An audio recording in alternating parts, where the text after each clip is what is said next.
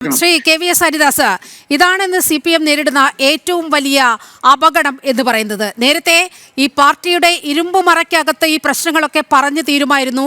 ആ ഇരുമ്പുമറയ്ക്ക് പുറത്തേക്ക് ഒരു വിവരവും പുറത്തു വരില്ലായിരുന്നു.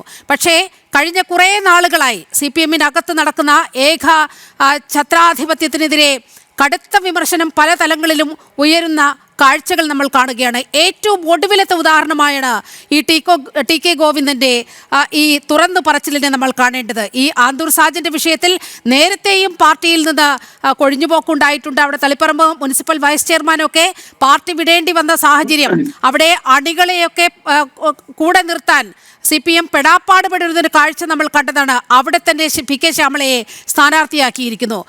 മറ്റൊന്ന് വി കുഞ്ഞികൃഷ്ണൻ പറഞ്ഞ TI മധുസൂദനൻ. അപ്പോൾ ഈ അണികളുടെ വികാരങ്ങൾക്ക് യാതൊരു വിലയും കൽപ്പിക്കാതെ സ്വാർത്ഥമോഹങ്ങൾക്ക്, പാർലമെന്ററി വ്യാമോഹങ്ങൾക്ക് കുടപിടിക്കുകയാണോ നേതൃത്വം എന്ന ചോദ്യം ഉയരുകയാണ്. ശ്രീ KVS ഹരിദാസ്.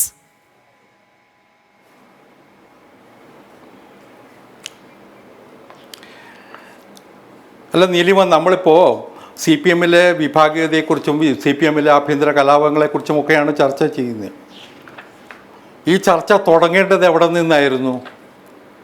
അമ്പലപ്പുഴ നിന്നായിരുന്നില്ലേ? അതെ. 2 ദിവസം മുമ്പല്ലേ സുധാകരൻ കൊടിയെടുത്ത് പുറത്തു വന്നത്, വിമതനായിട്ട് മത്സരിക്കാൻ പ്രഖ്യാപിച്ചത്.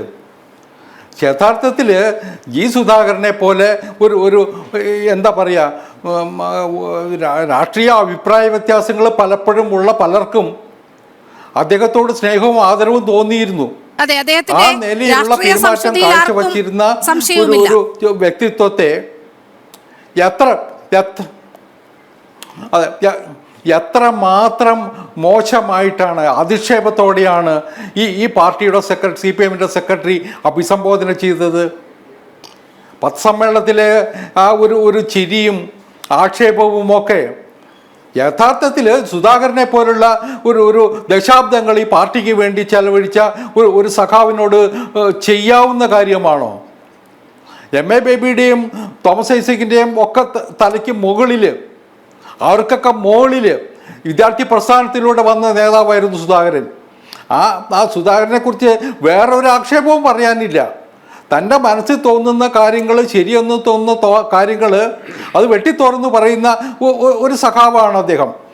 അദ്ദേഹത്തിന് പോലും ഈ പാർട്ടിയിൽ നിന്ന് നിൽക്കാൻ കഴിയുന്നില്ല. പാർട്ടി അംഗത്വം എന്താ പറയുക, അത് പാർട്ടി അംഗത്വം പുതുക്കേണ്ടതില്ല എന്ന് തീരുമാനിക്കേണ്ട ഒരവസ്ഥയിലേക്ക് സുധാകരൻ എത്തിയെങ്കിൽ അവിടെ നിന്നാണ് കേരളത്തിൽ ഈ തെരഞ്ഞെടുപ്പിനെ കുറിച്ച് ചർച്ച ചെയ്യുമ്പോൾ നമ്മൾ വിലയിരുത്തൽ ആരംഭിക്കേണ്ടത് എന്നാണ് എനിക്ക് തോന്നുന്നത്. അതൊരു ചെറിയ സംഭവ വികാസമല്ല. ഇപ്പോൾ സുധാകരൻ പരസ്യമായിട്ട് പറഞ്ഞു, ഞാൻ അമ്പലപ്പുഴയിൽ മത്സരിക്കാൻ പോകുന്നു. അദ്ദേഹം കമ്മ്യൂണിസ്റ്റായിട്ട് തന്നെയാണ് മത്സരിക്കുക എന്നും പ്രഖ്യാപിച്ചിട്ടുണ്ട്.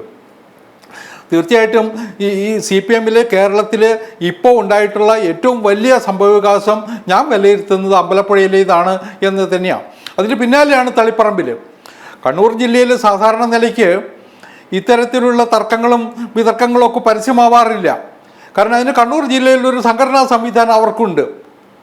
കാരണം പുറത്തേക്ക് പറയാൻ കഴിയാത്ത അവസ്ഥയുണ്ട്, പുറത്തേക്ക് പറയുന്നവർക്ക് ജീവിക്കാൻ കഴിയാത്ത സാഹചര്യമുണ്ടായിരുന്നു. അവിടെയാണ് ഇപ്പോൾ തളിപ്പറമ്പിൽ ഗോവിന്ദൻ പുറത്തേക്ക് വന്നിട്ടുള്ളത്. അതിന് മുമ്പ് പയ്യന്നൂരിൽ നിന്ന് നമ്മൾ കേട്ടു കുഞ്ഞികൃഷ്ണൻ്റെ, അദ്ദേഹം ഉയർത്തിയ ആരോപണം അത് ചെറിയ പ്രശ്നമല്ല. കഴിഞ്ഞ 1-2 വർഷമായിട്ട് സംഘടനയ്ക്കുള്ളിൽ അദ്ദേഹം ഉന്നയിച്ചു വരുന്ന ഒരു ഗുരുതരമായ അഴിമതി ആരോപണമാണ് അവിടുത്തെ MLA-ക്കെതിരായിട്ട്. അവിടുത്തെ ഒരു രക്തസാക്ഷിയുടെ പേരിൽ, നേരത്തെ സൂചിപ്പിച്ചു, അതൊക്കെ രക്തസാക്ഷിയുടെ പേരിൽ പണം പിരിച്ചതും അതിന് കണക്കില്ലാതെ പോയതും അതിന് വെട്ടിപ്പ് നടന്നതും ഒക്കെ അതെല്ലാം വിശദീകരിച്ചുകൊണ്ട് അദ്ദേഹം ഒരു വലിയ പുസ്തകവും എഴുതിയിട്ടുണ്ട്. അതിപ്പോൾ പൊതുമണ്ഡലത്തിൽ ലഭ്യമാണ്. അതൊരു എന്താ പറയുക, മാർക്സിസ്റ്റ് അഴിമതിയുടെ ഒരു കിരാത രൂപം തന്നെയാണ് ആ പുസ്തകം. അപ്പോൾ അങ്ങനെ കാര്യങ്ങൾ ഓരോന്നോരോന്നായിട്ട് പുറത്ത് പറയാൻ ധൈര്യം കാണിക്കുന്ന സഖാക്കന്മാരുടെ എണ്ണം കൂടുന്നു. പണ്ടൊരു MV രാഘവനൊക്കെ ഉണ്ടായിരുന്നുള്ളൂ. പക്ഷേ KR ഗൗരി പിന്നീട് അതിനൊക്കെ പിന്നിൽ വേറെ ചില താല്പര്യങ്ങളുണ്ടായിരുന്നിരിക്കാം. പക്ഷേ ഗൗരി അമ്മയ്ക്ക് പോലും പാർട്ടിക്കുള്ളിൽ നിൽക്കാൻ കഴിയാത്ത സാഹചര്യങ്ങൾ അന്നുണ്ടായിരുന്നു. പക്ഷേ അതിനേക്കാളൊക്കെ ഗുരുതരമായ ഒരു പ്രതിസന്ധി ഇന്നിപ്പോൾ CPM നേരിടുന്നു എന്ന് തന്നെയാണ് നമ്മൾ വിലയിരുത്തേണ്ടത്. ഞാനൊരു കാര്യം കൂടി പറയാം. നേരത്തെ എൻ്റെ സുഹൃത്ത് ഹരിദാസ് സൂചിപ്പിച്ചു, ഗോവിന്ദൻ മാസ്റ്ററുടെ ഭാര്യയ്ക്ക് സീറ്റ് കൊടുത്തത്. ഭാര്യയ്ക്കും മക്കൾക്കൊക്കെ സീറ്റ് കൊടുക്കാം, തെറ്റൊന്നുമില്ല. പക്ഷെ അതിനെ ന്യായീകരിക്കാൻ CPM-ന്റെ സഖാക്കന്മാർക്ക് മണിക്കൂറുകൾ തെരുവിലിറങ്ങി നടക്കേണ്ടി വരുമ്പോൾ അതിന് കാരണം എന്താ? പാർട്ടികൾ ഉള്ളിൽ തന്നെ അത് സംബന്ധിച്ച ചോദ്യം ചെയ്യപ്പെടലുകൾ നടക്കുന്നു എന്നല്ലേ. അത് അത്തരം സംഭവ വികാസങ്ങൾ, അത്തരം വിമർശനങ്ങൾ ഉയരുമ്പോൾ ഒരു നല്ല കമ്മ്യൂണിസ്റ്റുകാരൻ എന്താ ചെയ്യേണ്ടതെന്ന് സാധാരണ പഴയ കമ്മ്യൂണിസ്റ്റുകാർക്കൊക്കെ അറിയാം.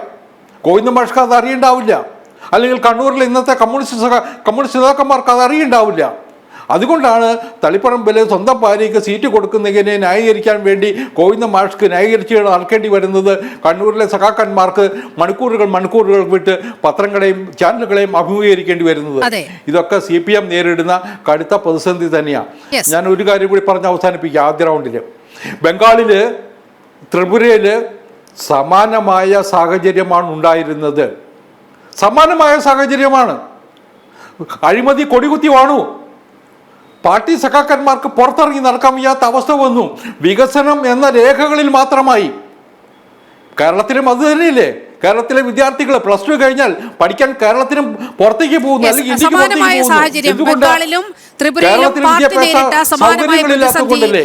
ആ പരിതസ്ഥിതി തന്നെയാണ് കേരളത്തിൽ ഉള്ളത്.